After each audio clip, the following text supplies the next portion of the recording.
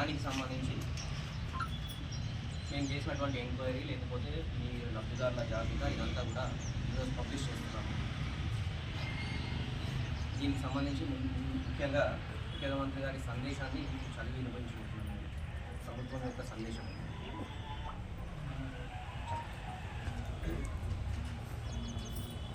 ఇల్లు కట్టుకొని వాళ్ళకి పాస్బుక్లు వచ్చినాయి, బట్ అక్కడ ఇల్లు కట్టుకున్నారు, భూమి అందులో పండట్లేదు, ఏదో దొందలు వేసుకొని కూర్చున్నారు. ఇండస్ట్రీస్ రైస్ మిల్ లాంటిది పడ్డది, నాలా కన్వర్షన్లో ఉన్నా ఇంకా దాని మీద పాస్బుక్ వచ్చింది, లేకపోతే ఇంకోటి ఇతరత్ర. ఇటువంటి ఇష్యూస్కి సంబంధించి 14 ఎకరాల 35 గుంటల భూమిని గుర్తించడం జరిగింది. ఈ 14 ఎకరాల 35 గుంటల భూమిని కేవలం వాళ్ళకి మీ భూమిని మీ అకౌంట్లో నుంచి ఎవరు కూడా కట్ చేయలేరు. భూమి మీ పేరు మీదనే ఉంటుంది. ఈ భూమిని మేమేదో తీసుకుంటామనేది కాదు, కేవలం రైతు భరోసా మాత్రమే రాదు. దాంట్లో ఏంటంటే గుంట 2 గుంటలు 3 గుంటలు 5 గుంటల లాగా చాలామంది ఇల్లు కట్టుకున్నారు. ఇల్లు కట్టుకున్న తర్వాత కూడా ప్రభుత్వం నుండి వాళ్ళకి ఈ రైతు భరోసా అనేది రైతు పెట్టుబడి కింద, అంటే వ్యవసాయ పెట్టుబడి కింద రావాల్సిన భూమి ఇల్లు కట్టుకున్న వాళ్ళకు కూడా వస్తుంది. కాబట్టి దాన్ని ఆ లిస్టులో జాబితాలో నుంచి తీసేసినాం. అట్లా సుమారు 41 మంది రైతుల దగ్గర నుంచి ఈ భూమిని అనేది తీయడం జరిగింది. ఇప్పుడు వాళ్ళ పేర్లు వినిపిస్తాను, వాళ్ళ భూమి ఎంత భూమి పోయింది అనేది కూడా.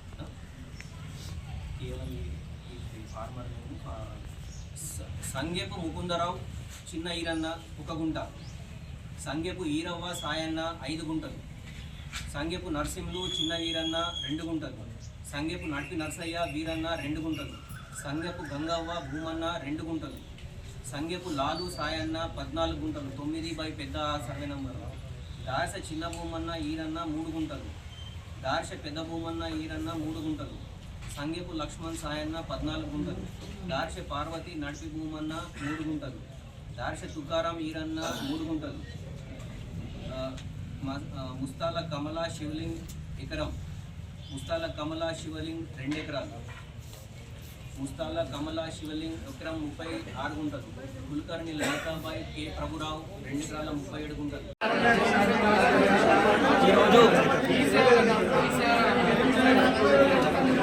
ఈరోజు ప్రభుత్వం ప్రతిష్టాత్మకంగా చేపట్టినటువంటి ప్రజాపాలనలో భాగంగా సాధురా గ్రామంలో గ్రామసభ నిర్వహించడం జరిగింది. ఈ గ్రామసభలో ప్రభుత్వం ప్రతిష్టాత్మకంగా చేపట్టినటువంటి 4 స్కీమ్స్ ఏవైతే ఉన్నాయో, రైతు భరోసా, ఇందిరమ్మ ఆత్మీయ భరోసా, కొత్త రేషన్ కార్డుల మంజూరీ, ఇందిరమ్మ ఇళ్ళు, దీనికి సంబంధించిన లబ్ధిదారుల జాబితాని ప్రదర్శించడం జరిగింది. రేషన్ కార్డు, రైతు భరోసాకి సంబంధించి వాటి యొక్క వివరాలు, మిగతా 2 స్కీమ్లకు సంబంధించినటువంటి వివరాలు వాళ్ళకి చదివి వినిపించడం జరిగింది. దాంట్లో లబ్ధిదారుల జాబితాని ప్రదర్శించడం జరిగింది. ఎవరికైనా అర్హులు ఇంకా మిగిలిపోయినట్టుగా వాళ్ళు భావిస్తే వాళ్ళ దగ్గర నుంచి అప్లికేషన్స్ కూడా తీసుకుంటున్నాము. ఈ కార్యక్రమానికి సంబంధించి ఎవరైతే లబ్ధిదారులు ఉన్నారో వాళ్ళకి ప్రభుత్వం నుండి చేయుట కానీ, లేకపోతే దీని కింద మానిటరీ బెనిఫిట్స్ అనేవి 26 జనవరి నుండి ఇంప్లిమెంట్ కాబోతున్నాయి. కాబట్టి ఈ గ్రామసభ నిర్వహించుకొని ఈ లబ్ధిదారుల జాబితాని ప్రదర్శించడం జరిగింది. మన గ్రామంలో ఉన్న రైతులందరూ ఈ పంట పెట్టుబడి సహాయాన్ని సద్వినియోగం చేసుకోవాలని కోరుతున్నాము. 3వ పథకం కొత్త రేషన్ కార్డు. ప్రభుత్వం దగ్గర ఉన్న వివరాల ఆధారంగా రేషన్ కార్డు లేని నిరుపేదలకు గుర్తించి అర్హులైన నిరుపేదలందరికీ కొత్త రేషన్ కార్డు పంపిణీకి ఏర్పాటు చేస్తున్నాము. మీ సేవ ద్వారా రేషన్ కార్డు అదనపు కుటుంబ సభ్యులు చేర్చడానికి ఏర్పాటు చేస్తున్నాము. ఇంతే కాకుండా ఎవరైనా కొత్త దరఖాస్తులు ఇవ్వదలుచుకుంటే వీటిని కూడా విధంగా ఈ రోజు గ్రామసభకు హాజరు కాలేని వారు మండలంలో ప్రజాపాలన కేంద్రంలోని కూడా దరఖాస్తు చేసుకోవచ్చు. వీటిని కూడా పరిశీలన చేయబడును. పరిశీలన పూర్తయిన తర్వాత అర్హులందరికీ రేషన్ కార్డు జారీ చేయబడతాయి. 4వ పథకం ఇంద్రమ్మ ఇల్లు. గ్రామసభలో మన గ్రామంలో ఇల్లు లేని వారి గురించి దరఖాస్తు స్వీకరించాము. అట్టి దరఖాస్తులు క్షేత్ర స్థాయిలో పరిశీలించడం జరిగింది.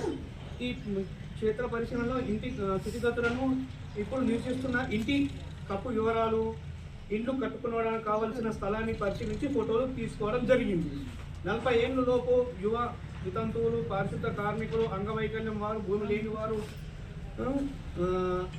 ట్రాన్స్జెండర్స్ వరకు ప్రత్యేక గుర్తింపు ఇవ్వడం జరిగింది.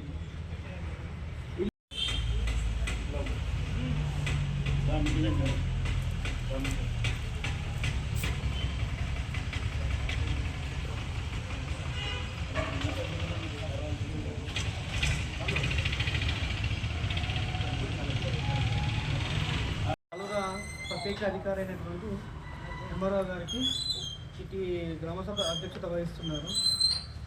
ఇటు గ్రామసభ యొక్క మన గౌరవ ముఖ్యమంత్రి వారి గారు మనకు ఒక సందేశాన్ని పంపించారు. ఆ సందేశాన్ని మీకు అందరికీ నేను చదివి వినిపిస్తున్నాను.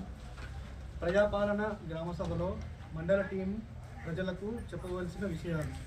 ప్రజాపాలన గ్రామసభ ఇచ్చేసిన ఈ గ్రామంలో నివసిస్తున్న ప్రజలందరికీ నమస్కారం. ప్రజలకు ఇచ్చిన హామీలు నెరవేర్చే ప్రక్రియలో భాగంగా మన ప్రభుత్వం ఈ 26వ తేదీ జనవరి నుండి 4 పథకాలు అమలు చేయబోతుంది. ఈ పథకాల వివరాలు గ్రామంలో ప్రజలకు తెలియజేసి వారి అభిప్రాయాలను సేకరించడానికి ఈ గ్రామసభను ఏర్పాటు చేయడం జరిగింది. గ్రామంలో నివసిస్తున్న అందరు లబ్ధిదారులకు ఈ పథకాల కింద సహాయం అందించాలనే ప్రభుత్వం యొక్క ఉద్దేశం. ఈ 4 పథకాలు ఇందిరమ్మ ఆత్మీయ భరోసా, రైతు భరోసా, కొత్త రేషన్ కార్డు, ఇందిరమ్మ ఇండ్లు. మొట్టమొదటిది ఇందిరమ్మ ఆత్మీయ భరోసా యొక్క అది కూలీల కుటుంబాలకు సంవత్సరానికి 12,000 చొప్పున ఇవ్వడానికి ఇందిరమ్మ ఆత్మీయ భరోసా పథకం అమలు చేయబడుతుంది. మహాత్మా గాంధీ జాతీయ ఉపాధి పథకంలో నమోదు చేయబడిన 2023-26 ఆర్థిక సంవత్సరంలో కనీసం 20 రోజులు పని దినాలు చేసిన భూమి లేని వ్యవసాయ కూలీ కుటుంబానికి ఈ ఆర్థిక సహాయం అందించడం కొరకు ఏర్పాటు చేయబడుతుంది. పై కార్యక్రమంలో ఇంకను మిగిలిపోయిన అర్హులైన లబ్ధిదారుల నుండి దరఖాస్తు స్వీకరించి వారికి ఇందిరమ్మ ఆత్మీయ భరోసా పథకంలో చేర్చడంలో జరుగుతుంది.